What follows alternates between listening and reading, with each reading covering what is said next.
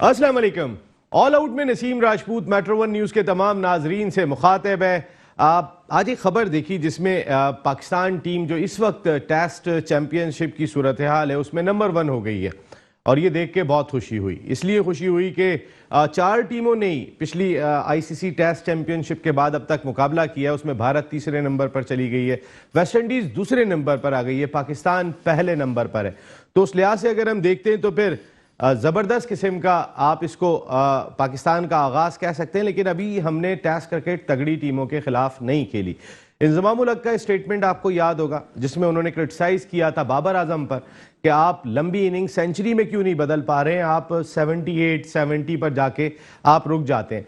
फिर रिजवान की बात की थी उन्होंने कि जब बड़ी टीम आती है आप 20-30 रन स्कोर कर रहे हैं, आप उससे ज़्यादा रन स्कोर नहीं कर रहे। ये हमारे वो दोनों प्रोफाइलिक बैट्समैन हैं कि जो रिसेंट पास्ट में रन स्कोर कर रहे हैं, लेकिन उनके बाद अगर हम उठा के देखते हैं फवाद आलम को आप साइड में कर दें तो फिर हम परेशान हो जाते हैं कि टेस्ट क्रिकेट में भी हमारी टीम क्या है, गो के अभी स्टार्ट हुई है टेस्ट चैंपियनशिप, क्योंकि रिसेंटली उसका फाइनल हुआ था न्यूजीलैंड और भारत के दरमियान, न्यूजीलैंड चैंपियनशिप जीत गया था। ये तमाम चीज़ें ज़रूर इस वक्त रमीज़ राजा साहब जो नए चेयरमैन बनेंगे 13 सितंबर को उनके जहन में होनी चाहिए और वो इस सिलसिले में बहुत बातें करते रहें। इस मामले में वो बहुत ज़्यादा खुद अपने यूट्यूब चैनल पे कहते रहें, मुख्तलिफ चैनल्स पे कहते रहें वो किन से मुतमईन थे, वो किन से मुतमईन नहीं थे। खैर उनका तो एक स्टेटमेंट ये भी चल रहा है कि फवाद आलम की टेक्निक ऐसी है कि जिसकी वजह से अगर वो भी होते, उन्होंने कहा कि अगर मैं भी होता तो मैं फवाद आलम को मुंतखब नहीं करता। ये किसी की भी राय हो सकती है, लेकिन मैंने कि बहुत ज़्यादा क्रिटिसाइज़ हुआ। वह अभी रमीज़ राजा साहब का नाम ही सामने आया और एकदम से उन पे बहुत ज़्यादा क्रिटिसाइज शुरू हो गया। एटलीस्ट देखना ज़रूर चाहिए कि रमीज़ राजा इकदामात क्या करते हैं। हमने भी एहसान मानी साहब जब आए थे तो उस वक्त आते ही उन पर क्रिटिसाइज़ नहीं हुआ था, फिर उन्होंने जो काम किए थे उन पर क्रिटिसाइज़ हुआ था कि भाई कहाँ चली गई हमारी टेस्ट क्रिकेट, हमारी ओडीआई क्रिकेट, हमारी T20 क्रिकेट, हमारी डोमेस्टिक क्रिकेट। आपके आने के बाद तो सब खत्म हो गई है। रमीज़ राजा को रिवाइव करने में बहुत एफर्ट करने पड़ेंगे, इतना आसान काम नहीं होगा उनके सामने, लेकिन एट द सेम टाइम उनके आने से पहले क्रिटिसाइज करना, बहुत सारे मीडिया में उन पर क्रिटिसाइज किया गया। बहुत सारे लोग ये बात कर रहे थे कि रमीज़ राजा इंडिया के साथ उनका ज़रा एक ताल्लुकात थोड़े से ज़्यादा दिखाई देते हैं। तो देखें, जिसको मौका मिला है उसने वो ताल्लुकात बनाए हैं, ये रमीज़ राजा नहीं है। भाई आईपीएल में पैसा मिलता है, इंग्लैंड अपनी नेशनल टीम के जानिब से नहीं खेलते उनके खिलाड़ी, बहुत सारे खिलाड़ी नहीं खेलते। पैसे के अलावा वहां का चाम है, उनके ताल्लुकात है। सिर्फ रमीज़ राजा तो नहीं, और भी बहुत सारे जो इंडिया के गुण गाते हैं और फिर इंडिया में जाने का जो भी मौका मिले, काम करने का मौका मिले, वो भी नहीं छोड़ते। अगर इस चीज़ को क्रिटिसाइज करना समझ में नहीं आता मेरी अपनी ज़ाती राय में, इसलिए कि सबका राइट है। रमीज़ राजा एक क्रिकेटर हैं, वो इंडियन टीम की तारीफ करते हैं, इंग्लिश टीम की तारीफ करते हैं, पाकिस्तान टीम की तारीफ करते हैं, वो कर सकते हैं क्योंकि आप जाहिर है वो स्टेक होल्डर हैं इस खेल के, फॉर्मर कैप्टन रहे हैं वो क्या कोई भी कर सकता है, इंडिया पे क्रिटिसाइज भी हो सकता है, इंडिया की तारीफ भी हो सकती है, उनका अपना राइट है। वो क्रिकेट पे बात कर रहे हैं, वो किसी पॉलिटिक्स पे बात नहीं कर रहे। इसलिए मैं बहुत देखने के बाद, क्योंकि बहुत सारे लोग, मेरा एक क्लिप चल रहा है इस वक्त, जिस जगह देखो, कम से कम मेरे अपने मोबाइल में वो क्लिप जो है वो इतना ज्यादा आ चुका है कि जो आदमी होता है वो क्लिप मुझे फॉरवर्ड कर देता है। उसमें आपने देखा होगा, जब मैं इससे पहले जिस चैनल में काम करता था वहाँ मोहम्मद यूसुफ और रमीज़ राजा साहब मेरे साथ शो का हिस्सा थे और उसमें उनकी एक नाचाकी हो गई थी, दोनों ने एक दूसरे को से एक झगड़ा भी किया था, एक उनके, ये हो जाता है। मैं आपको बिल्कुल एक सच्चाई से बता रहा हूँ आज, क्योंकि बहुत सारे लोग उस क्लिप को बहुत ज़्यादा फॉरवर्ड कर रहे हैं। वेरी नेक्स्ट डे, ये आज मैं पहली मरतबा बता रहा हूं, very next day Mohammad Yusuf साहब का फोन आया मेरे पास। मैं उस वक्त लाहौर गया हुआ था, अगले ही दिन मुझे लाहौर जाना पड़ा था, उस वक्त कोई लाहौर कलंदर्स का काम था। तो मेरे पास फोन आया, उन्होंने ये बात कही कि मुझे आज शो में आना है और मैं रमीज़ राजा साहब से माफ़ी मांगूंगा, और लेकिन मैं उनको ज़रूर कहूँगा कि आपने जो बातें कही हैं वो बहुत सारी मज़हब के हवाले से, जो वो ज़रा गुस्से के अंदर बहुत सारी चीज़ें, मैं लेकिन एट द सेम टाइम इसको ख़त्म होना चाहिए, वो भी कह रहे थे। और यही इंस्टेंस रमीज़ राजा साहब का भी था कि यार जो हो गया ठीक है, जो हो गया। लेकिन इस चीज़ को इस वक्त बहुत ज़्यादा पतंगड़ बनाया गया। मेरे ख्याल है इसकी ज़रूरत इतनी ज़्यादा दिखाई नहीं देती। बहुत सारी चीज़ें ऐसी हैं कि हम अपनी क्रिकेट को बेहतर करें, बजाय इसके कि हम आने से पहले क्रिटिसाइज शुरू कर दें। हमें आसान मानी भी नहीं चाहिए, हमें वसीम खान इंग्लैंड से आए हुए भी नहीं चाहिए, तो हमें पाकिस्तान से भी नहीं चाहिए, तो हम कहाँ से लेकर आएंगे? इंग्लैंड से या ऑस्ट्रेलिया से कोई अपने क्रिकेट बोर्ड का सरबराह बनाएंगे? ये बहुत सारी ऐसी चीज़ें जिनको हमें ज़रूर देखना होगा। डोमेस्टिक के मसाइल, बहुत सारे ऐसे खिलाड़ियों को आज मैं आपके सामने रखूँगा। एक खिलाड़ी खानेवाल का ऐसा है कि जिसने 5 मैचों में 28 आउट किए अभी इस सिटी क्रिकेट के अंदर। 5 विकेट हॉल थे।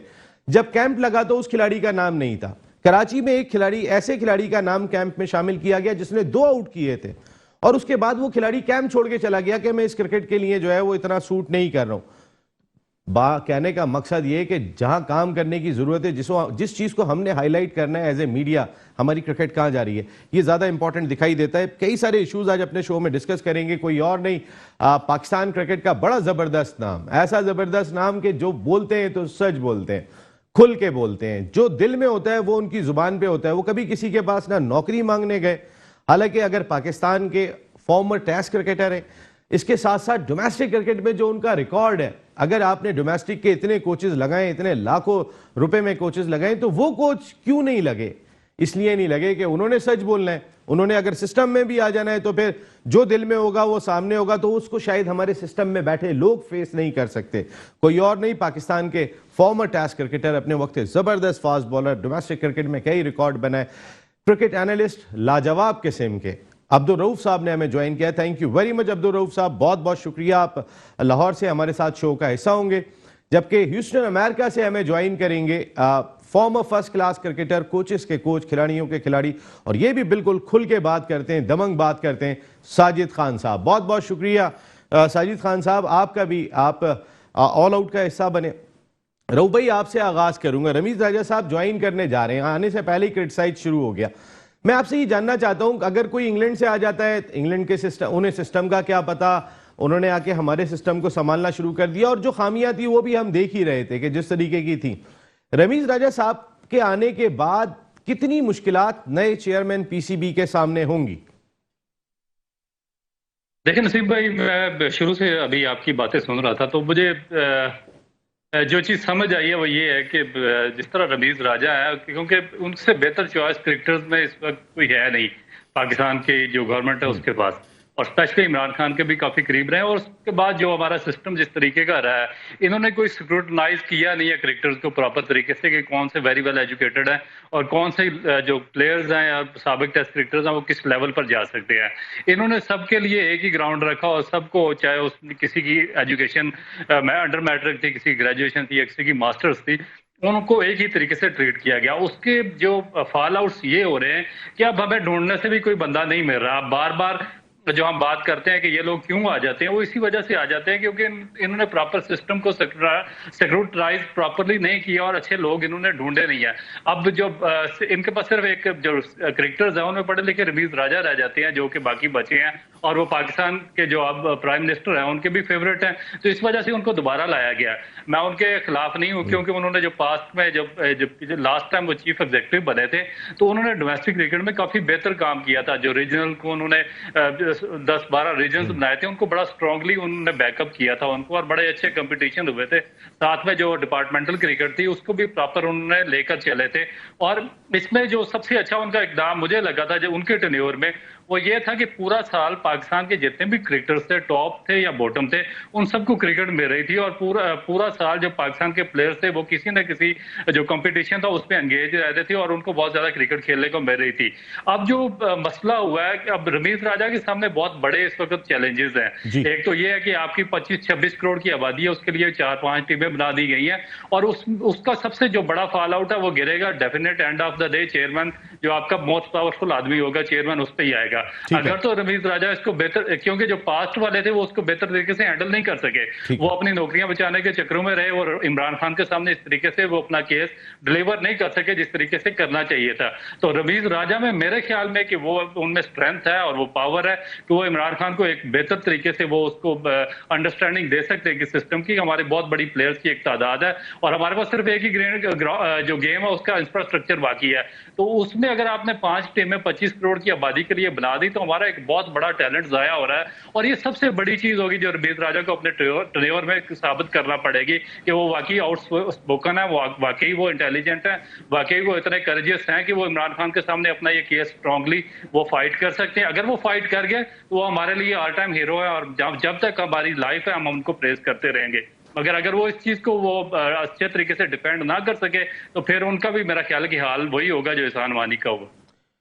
रमीज राजा साहब को देखने के बाद अब्दुल रऊफ कम से कम एक चीज जरूर सामने तमाम क्रिकेटर्स के आ जानी चाहिए, वो ये कि तालीम बहुत इंपॉर्टेंट है। इंग्लिश बोलना आना चाहिए आपको, क्योंकि हम देखें ना, अभी ढूंढ रहे हैं कि हमें कोई ऐसा बंदा मिल जाए चेयरमैन की सूरत में। क्रिकेटर अगर हम ढूंढ रहे होते हैं, या तो हमारे खान साहब, इमरान खान साहब, प्राइम मिनिस्टर साहब लाजवाब बोलते हैं जहां पर भी बोलते हैं, ये रमीज राजा साहब दिखाई दे रहे हैं, वसीम अकरम साहब दिखाई दे रहे हैं, आमिर सुहेल साहब दिखाई दे रहे हैं। बाकी अगर आप देखते हैं फ्लुएंट इंग्लिश जिसे हम कहते हैं ना, प्रॉपर तौर पे जो आप गोरों से भी बात कर रहे हो तो फिर लग रहा हो कि हाँ कोई बात कर रहा है, कोई दूसरी चॉइस ही दिखाई नहीं देती है आपके पास। आपके मुल्क में अगर अगर इंडिया वाले अगर अपने किसी खिलाड़ी को चेयरमैन लगाने के लिए जाते हैं, उनके पास 100 चॉइस मौजूद होंगी। सब तालीम याफ्ता तकरीबन होते हैं जो आते हैं। हमारे सिस्टम में तालीम याफ्ता क्रिकेटर का ना आना आने वाले वक्त में, ये रमीज राजा साहब की जो एग्जाम्पल है, कितना फोकस करना पड़ेगा खुद क्रिकेटर्स को भी और क्रिकेट बोर्ड को भी कि तालीम याफ्ता लोग आए आने वाले वक्त में। देखिए, मेरा ख्याल है कि नसीब भाई ये बहुत मुश्किल है, क्योंकि मैंने जो सफ़र किया, मैंने अपनी एजुकेशन की वजह से पिछले 25 साल सफ़र किया है, और मेरा इनके साथ हमेशा, जितने भी ये लोग थे, इनके साथ पर्सनैलिटी क्लैश रहा है। क्योंकि आप इनके साथ किसी भी लेवल पर, एक एजुकेटेड बंदा उस लेवल पर नीचे नहीं गिर सकता जिस लेवल पर ये लोग गिर जाते हैं। उसके बाद आपकी इनके साथ एक नेचुरल अंडरस्टैंडिंग नहीं हो सकती। यही वजह कि मुझे अपने थ्रू आउट अपने कैरियर में, 20-25 साल कैरियर में, मुझे बेशुमार जो नुकसान था उनका सामना करना पड़ा। मैं कोचिंग कोर्स के लिए गया, मैंने कोचिंग कोर्सेज किए, मगर मुझे उस तरह प्रमोट नहीं किया गया, और मुझे उन्होंने कोशिश किया कि इसको जो लेवल 3 है उस कोचिंग कोर्स से साइड पे रखा जाए। उसके बाद जो दूसरे मैंने कोर्सेज किए, उसमें भी इनकी कोशिश थी कि क्योंकि इसकी एजुकेशन है, ये कल हमारी जगह ले सकता है या ऊपर किसी भी बड़े ओहदे पर आ सकता है, तो इसलिए इसको साइडलाइन किया जाए। तो मेरा ख्याल है कि ये जो चीज है, इसमें जब तक आप ऐसे लोग नहीं बैठाएंगे जो इक्वली जो कॉम्पिटेंट लोग हैं, उनसे डरे ना, बल्कि उनको अपॉर्चुनिटी दें, तो फिर पाकिस्तान का सिस्टम आगे चल सकता है। ये लोग ऐसे ही लोग वहां पर लाते हैं पाकिस्तान क्रिकेट बोर्ड में, चाहे वो कोचिंग पैनल में हो, चाहे वो किसी भी सिस्टम में हो, डायरेक्टर्स हों, कि वो जो दूसरा एजुकेटेड आदमी होता है, अव्वल तो इनमें है नहीं, क्रिकेटर्स में बहुत कम है, जो होता है तो उससे ये डरे होते हैं और उसको सिस्टम से बिल्कुल साफ आउट कर देते हैं, या उसके खिलाफ ऐसी लॉबिंग कर देते हैं कि उसके खिलाफ एक ऐसी वो अंदर इसकी लॉबी क्रिएट कर देते हैं उसके खिलाफ, कि जो बहुत ही नेगेटिव होती है, जिस तरीके से इन्होंने मेरे खिलाफ किया और एक दो और प्लेयर्स हैं उनके खिलाफ बनाई हुई है इन्होंने। तो इसमें जो एजुकेटेड लोग हैं उनका सिस्टम में मेरा ख्याल है कि जुड़े रहना या साथ आना बहुत ज्यादा मुश्किल होगा। और ये भी रमीज राजा के लिए एक बड़ा चैलेंज है कि आया कि वो जो बाकी चेयरमैन है पास्ट में आए हैं, जिस तरह के उन्होंने इनकम्पिटेंट लोग, अनएजुकेटेड लोग और जो इररिस्पॉन्सिबल किस्म के लोग थे, नॉन सीरियस किस्म के लोग, जो बिल्कुल इस सिस्टम से जिन्होंने इसको तबाह किया, उनको साथ लेकर चलेंगे, या वाकई ये विजनरी लोगों को ऊपर लेकर आएंगे जो इस सिस्टम को वाकई ठीक करना चाहते हैं। अभी मैं आता हूं आपसे, विजनरी लोगों पे भी मैंने थोड़ी सी जरूर बात करनी है, और किन का विजन नहीं है जो इस वक्त पाकिस्तान क्रिकेट बोर्ड में या पाकिस्तान क्रिकेट टीम की मैनेजमेंट में बैठे हुए। रऊफ भाई, आता हूं आपके पास, साजिद खान साहब के पास चलते हैं। साजिद भाई, अस्सलाम वालेकुम। वालेकुम सलाम नसीम भाई, आपको और रऊफ भाई को बहुत बहुत सलाम। साजिद भाई, बात यही हो रही है कि अभी रमीज राजा साहब ने 13 सितंबर को चार्ज संभालना। हमारे कोई रिश्तेदारी तो है नहीं उनके साथ, लेकिन मेरा कहने का मकसद सिर्फ इतना सा है कि अगर कोई बाहर से आ जाए तो हमें परेशानी है, फॉरेन कोच आ जाता है तो परेशान हो जाते हैं, हमारा कोच होता है तो परेशान हो जाते हैं, बाहर से अगर सीईओ आ गया या फिर अगर परमानेंट रेजिडेंट है एहसान मानी साहब, तो फिर ये बातें होना शुरू हो गई। अब रमीज राजा साहब आए तो फिर क्रिटिसाइज होना शुरू हो गया। हम सुकून में कब आएंगे? देखिए नसीम भाई, बहुत इंपॉर्टेंट आपने बात की। आपकी लेटेस्ट अपडेट ये है, मोहम्मद यूसुफ जो आपका क्लिप पूरी दुनिया में वायरल है, मेरे पास भी फोन भर गया है, मगर मेरे अपने जराए बताते हैं मोहम्मद यूसुफ जो नेशनल क्रिकेट एकेडमी है रिजाइन करने का सोच रहे हैं। आप इंट्रो में जान है, प्रोग्राम में जान है, यकीनी तौर पर ये अपने नाज़रीन को बताते चले, मोहम्मद यूसुफ जो पाकिस्तान का एक बहुत बड़ा नाम है, मोहम्मद यूसुफ यकीनी तौर पर पाकिस्तान क्रिकेट बोर्ड में जो काम कर रहे हैं, क्या वो रिजाइन कर देंगे? ये बहुत इंपॉर्टेंट है। अब तक की मेरे पास लेटेस्ट अपडेट रिपोर्ट है। और रमीज राजा पाकिस्तान क्रिकेट बोर्ड के नए चेयरमैन बने, वो अपने पुराने लोगों से राब्ता कर रहे हैं। क्या सुभान से बात करूं, मुदस्सिर नजर से बात करूं, तो क्या हो रहा है? वो सेटअप बहुत ज्यादा बेटर था यकीनी तौर पर जब रमीज राजा पाकिस्तान क्रिकेट बोर्ड में सीईओ थे, सुभान काम करते थे, जब मुदस्सिर नजर काम करते। ये चीज भी बताना बहुत जरूरी है। और दूसरी चीज, उससे बढ़कर उन लोगों को शर्म करना चाहिए, हया करना चाहिए जो ग्रेट लेजेंड वसीम अकरम वाहिद बंदा है जो पाकिस्तान क्रिकेट बोर्ड में जॉब नहीं जाता और जॉब करने की कोशिश नहीं करता। और अगर उसके साथ इतना क्रिटिसाइज लोग करते हैं, वो शर्म करें, हया करें। वो ग्रेटेस्ट बॉलर है पाकिस्तान की हिस्ट्री में। 800 टेस्ट विकेटें होती है पाकिस्तान की हिस्ट्री में। पाकिस्तान के बाद दुनिया की क्रिकेट में नसीम राजू साहब, उसकी इतनी रिस्पेक्ट है, इतनी अरे यार रिस्पेक्ट है, आप मैं आपको रिस्पेक्ट बयान नहीं तो रिस्पेक्ट इससे ज्यादा क्या होगी? आप कह रहे हैं कि चेयरमैन लगाया उन्होंने रमीज राजा साहब को इमरान खान साहब से बात करके? बिल्कुल, मैं 101% कहने को तैयार हूं, कसम खाने को तैयार हूं। यकीनी तौर पर वसीम अकरम ने रमीज राजा साहब तो पाकिस्तान के फॉर्मर कैप्टन है, चेयरमैन है, और पाकिस्तान की हिस्ट्री में रमीज राजा वाहिद पावरफुल चेयरमैन आएगा जो हर चीज अपने हाथ में खुद रहेगा, ना सीओ होगा ना कुछ होगा। चंद दिन बाद आपको पता चल जाएगा पाकिस्तान क्रिकेट बोर्ड में एक ऐसा चेयरमैन आया नीचे से लेके ऊपर तक की सारी क्रिकेट खेला हुआ है, डिपार्टमेंट की क्रिकेट। मगर ये जरूर आपके प्रोग्राम में जरूर हम बताते चले, रमीज राजा को थोड़ी इंतजारी करनी पड़ेगी, थोड़ा ब्लेंड होना पड़ेगा। जो डिपार्टमेंट क्रिकेट बंद हुई है ना, ये यकीनी तो प्राइम मिनिस्टर साहब ने जो कोशिश की है वो बहुत बड़ी जाती है। इस चीज का हम इत्तेफाक नहीं करेंगे। डिपार्टमेंट बंद नहीं होना चाहिए थे, डिपार्टमेंट खुलना चाहिए। रमीज राजा साहब अगर ये काम करते हैं तो बहुत अच्छा होगा। जिस तरह पाकिस्तान की क्रिकेट में और कोचों की बात करें, नसीम राजूद आपके नेशनल स्टेडियम कराची में अंडर 19 का कैंप लगा है, पिछले 1 महीने से लगा है, और कैंप लगा है, सुबह डेलियां बना रहे हैं। क्या हो रहा है? सुनू बोला इजाज अहमद खुली जातियां कर रहे हैं नौजवान खिलाड़ियों का। और जो आपने आपने इंट्रो में बात की, अभी जो टूर्नामेंट हुआ है इंटर सिटी टूर्नामेंट, खुला जातियां, खुला 11 करोड़ रुपए खर्च हुआ है पूरे पाकिस्तान में। इंटर सिटी टूर्नामेंट हुआ है, 11 करोड़ रुपए का खर्च आया है उसमें। आप मुझे बताइए, बॉल और ग्राउंड की फीस से अलग है वो, कि क्या हो रहा है? हमारी क्रिकेट पीछे जा रही है, आगे जा रही है। और एक और आपके इंट्रो में पाकिस्तान आईसीसी टेस्ट रैंकिंग में नंबर हुआ है, तो बहुत अच्छी बात है, खुशाइन बात है। मगर इंडी में यकीन तौर पर आज इनके घर में बाबर बैठा हुआ है, तो वहां को समझाए ना, बाबर जमाना इनके घर पे गए मामला के साथ। तो बात ही होती है इंडी साहब, आप पाकिस्तान के सब 20 टेस्ट मैच बाबर आजम क्या कर रहे हैं इंतजाम के घर पे? ही है, इसको आप समझाएं, 100 को 70 को 100 में कन्वर्ट करें। आपकी बात मानता हूं, उसकी ख्वाहिश ही यही है। आप पाकिस्तान के बैटिंग कंसल्टेंट है, मगर जहां उसकी चलती है वहां तो बचाने की कोशिश करता है। मगर ये लॉबियां खत्म होना चाहिए। अब नया पाकिस्तान नई क्रिकेट को लेके आना चाहिए। मैं दोबारा पाकिस्तान तो नया पाकिस्तान तो 3 साल पुराना हो गया, लेकिन क्रिकेट बोर्ड नहीं संभल के दिया है। आपकी बातों पे अब्दुल रऊफ जितना मुस्कुरा रहे थे ना, अभी मैंने स्क्रीन पे देखा, बहुत सारी चीजों पे उन्होंने बहुत खुल के मुस्कुराया है, लेकिन चूंकि वो स्क्रीन पे मौजूद है अभी और खुल के नहीं मुस्कुरा सकते। आपकी 2-3 बातें इतनी जबरदस्त थी। तो मैं एक ब्रेक ले लेता हूँ रऊफ भाई, आप थोड़ा खुल के ऐसे, फिर मैं वापस आता हूं, तो फिर हम थोड़ी सी बात करेंगे कि टीम मैनेजमेंट का क्या रोल दिखाई देता है। मिसबाउल हक, वकार यूनुस पे हमने इतने अरसे बात की थी, ये भी बात करेंगे अब्दुल रऊफ साहब से, साजिद खान साहब से ब्रेक के बाद। ऑल आउट में एक मरतबा फिर आपको खुशामदीद कहते हैं। बात कर रहे हैं पाकिस्तान क्रिकेट में होने वाली चेंजेस पर, और वो चेंजेस हमें दिखाई दे रही हैं कि चेयरमैन पाकिस्तान क्रिकेट बोर्ड तब्दील हो गए। जब चेयरमैन पाकिस्तान क्रिकेट बोर्ड तब्दील होते हैं तो फिर वो अपनी टीम लेकर आते हैं। क्या रमीज राजा साहब अपनी टीम जितनी जल्दी ले आएंगे, कितनी देर में लेके आएंगे? बहुत सारे सवालात जुड़े हुए दिखाई दे रहे हैं पाकिस्तान क्रिकेट के साथ, लेकिन हमने फिर वही बात करनी है कि किसी के आने से पहले क्रिटिसाइज करना इतना ज़्यादा बेहतर काम दिखाई नहीं देता। रऊफ साहब, मैं आपकी जानिब आऊँगा।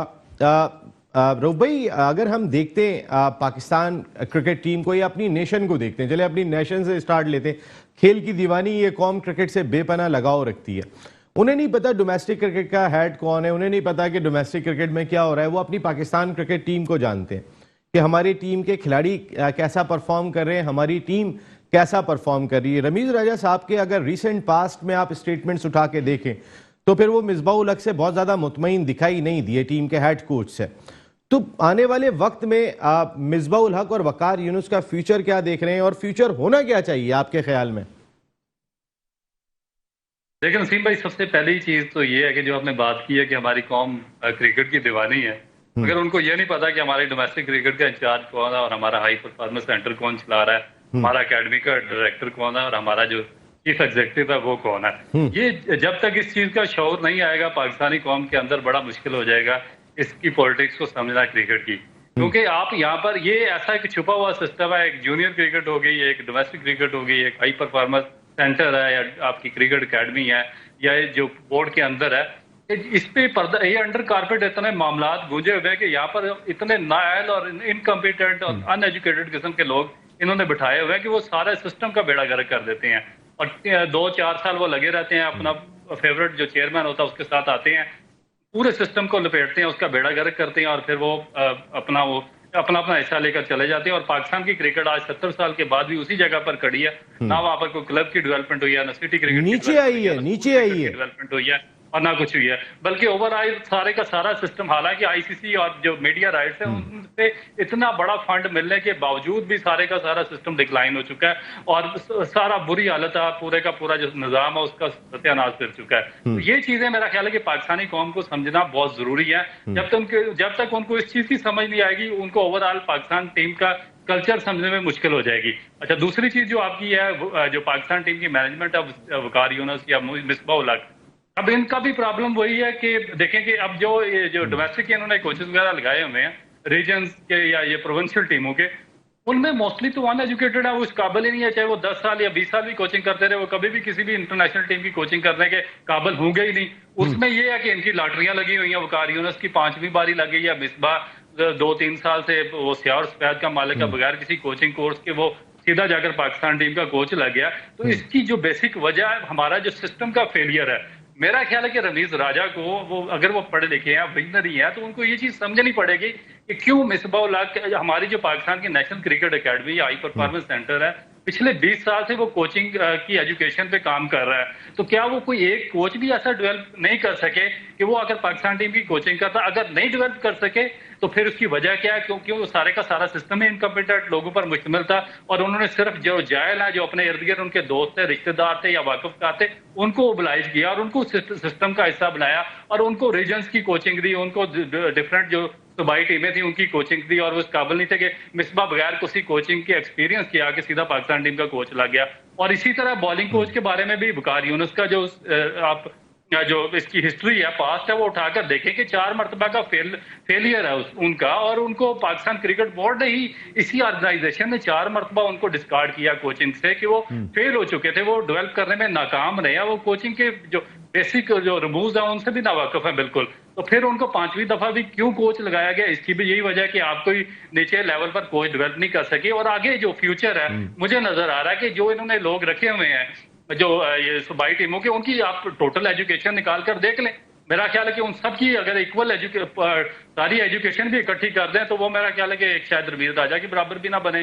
तो ये लोग अगले 20 साल भी अगर नीचे लेवल पर कोचिंग करते रहे इसी जगह पर बैठकर, तो पाकिस्तान की सिस्टम को या पाकिस्तान क्रिकेट को तो उनका कोई फायदा नहीं है, क्योंकि वो आगे ना इंटरनेशनल लेवल पर किसी दूसरी टीम की कोचिंग कर सकते हैं, ना वो पाकिस्तान टीम की कोचिंग कर सकते हैं। तो ये एक माफिया के तौर पर ये काम हो रहा है। इसको ब्रेक करना बहुत जरूरी है अगर आपने इस सिस्टम को बेहतर करना है तो।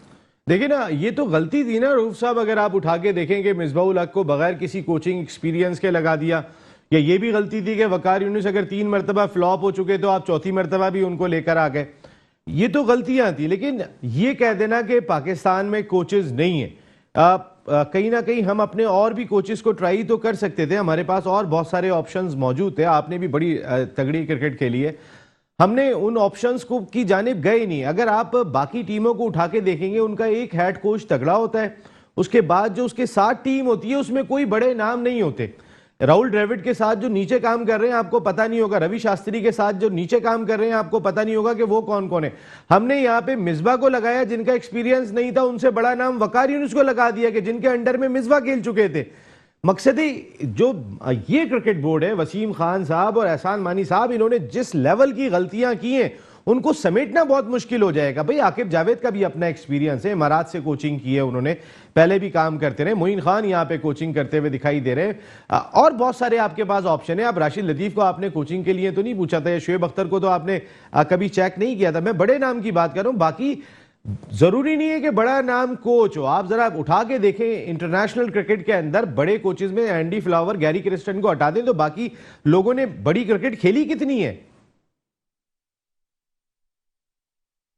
बिल्कुल नसीब भाई, आप दुरुस्त कह रहे हैं, और ये मेरा ख्याल है कि इसकी जो असल वजह यही है कि यहाँ पे जो सिस्टम है वो दुरुस्त तरीके से काम चल नहीं रहा और काम नहीं कर रहा है, क्योंकि इन लोगों को समझ नहीं आ रही कि ये जिस तरह के अभी इमरान खान ने एहसान मानी को चेयरमैन बनाया था और वसीम खान को बाहर से ले आया था, क्योंकि उनको पाकिस्तान का जो डोमेस्टिक कल्चर था या जो मारूजी हालात थे पाकिस्तान के, जो ग्रास रूट इंफ्रास्ट्रक्चर था, उसके बारे में उनकी मालूमात बिल्कुल सिफर थी। तो उन्होंने क्या किया कि जो, क्योंकि मिसबा के वो काफी अरसे से 20-25 साल से पाकिस्तान के सिस्टम के साथ इन्वॉल्व था, तो उन्होंने अपनी सारी रिस्पॉन्सिबिलिटी मिसबा के कंधे पर फेंकी और खुद साइड पर हो गए।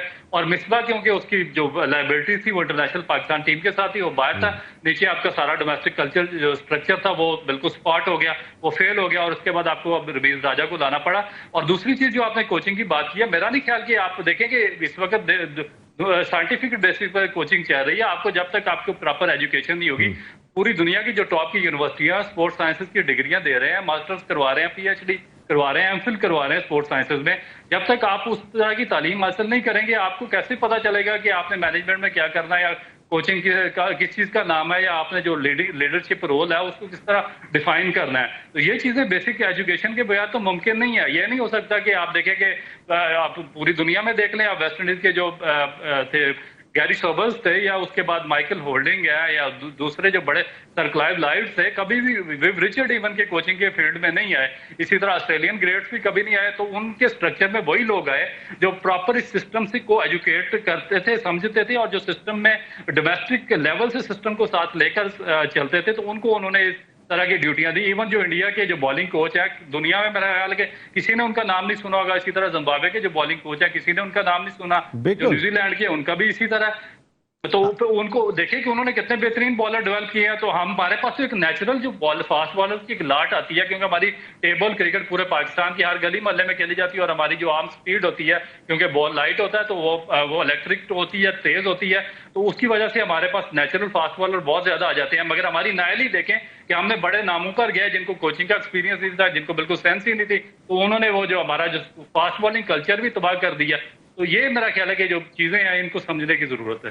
अब बहुत इंपॉर्टेंट बात कही है साजिद भाई। अभी रऊफ ने, अगर आप देखें तो जैनुल आबिदीन एक लड़का है खानेवाल से, उसने अभी सिटी क्रिकेट में पार्टिसिपेट किया, 5 मैचों में 28 आउट की, 3-5 विकेट हॉल थे, वो कैंप में भी नहीं आया। एक आकिब लड़का कराची के कैंप में आ गया जिसने सिर्फ 2 आउट किए हुए थे, और फिर वो कैंप छोड़ के चले गए। कोचेस के हवाले से जो बात की है अभी, तो ये लेवल 1, लेवल 2, लेवल 3, लेवल 4 ये है क्या? कोचिंग की क्वालिफिकेशन क्या है? जरा एक थोड़ा सा ये क्राइटेरिया भी मुझे बताइएगा, क्योंकि हमारी जो इस वक्त लगाए गए, हमने कम से कम एटलीस्ट जो कोचेज लगाए क्राइटेरिया रखा था कि उसने लेवल 2 किया हुआ हो, लेकिन वो रिजल्ट दिखाई नहीं दे रहे उस तरीके के। आपको दिखाई दिए साजिद भाई अमेरिका में बैठ के? देखिए नसीम भाई, बिल्कुल दिखाई नहीं दिए। लेवल 4 जो कोर्स किया हुआ हाफिज, जो यकीनी तौर पर हाफिज असलम जिसका नाम है, पहला वाइस बंदा था, वो पाकिस्तान में असिस्टेंट मैनेजर के फराइज अंजाम दे रहा है। और जिस तरह रऊफ बात कर रहे हैं, रऊफ पाकिस्तान का एक बहुत बड़ा नाम है, ग्रेट फास्ट बॉलर गुजरे, बड़ी क्रिकेट खेली, बड़ी हक और सच की बात करते हैं। कोचिंग एक आर्ट है। और जो लेवल की बात करें, लेवल 4 आजम खान करे में, वो पाकिस्तान क्रिकेट बोर्ड के सिस्टम में नहीं है, और पाकिस्तान क्रिकेट बोर्ड घर बैठे सैलरी दे रही है। और मैं ये अंडर 16 में तो आ गए साजिद भाई। अब किसमें आ गए? अंडर 16 में जुल्म है, इंतहा है। टॉप लेवल 4 का कोर्स किया हुआ है।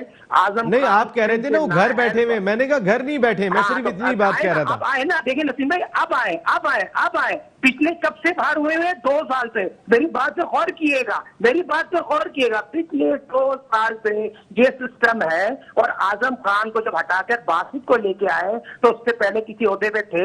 मेरी बात क्लियर कर दें, नहीं थे।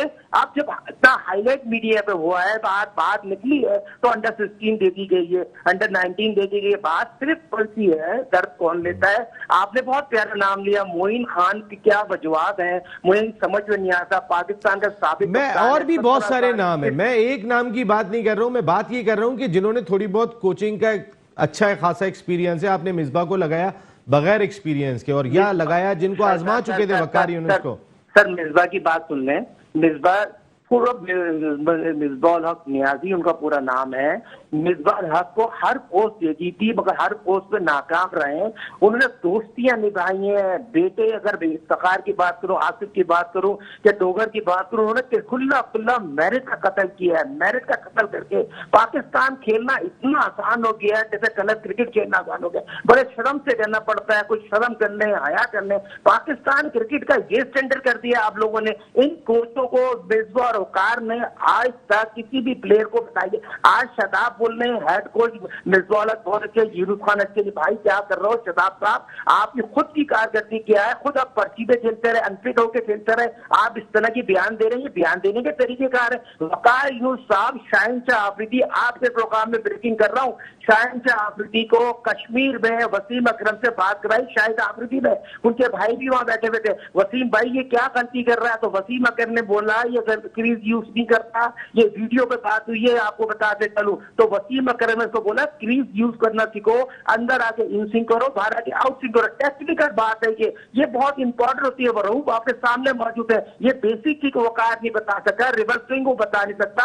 आपको आपने बात की पाकिस्तान के मौजूदा चेयरमैन फ्लावर को लेके आएंगे, मैं आपको अपने प्रोग्राम में बता दूं, पाकिस्तान के मौजूदा फ्लावर ने डिनाई किया है, जो इत्तलात है उसके मुताबिक फ्लावर ने हाँ डिनाई तो करेगा, जब तक हमारे मुल्क में ये चीज बड़ी इंपॉर्टेंट होती है, जब तक कुर्सी पे ना है उससे पहले वो डिनाई करेगा, जब तक उसके मामले ये गुड बात साजिद भाई, अच्छी बात है। रऊफ भाई मैं आपसे ये जानना चाहूंगा कि क्या कुछ इकदामात करने होंगे रमीज राजा को, मुख्तसर सा मुझे बता देंगे किस किस शोबे में क्या क्या करना होगा।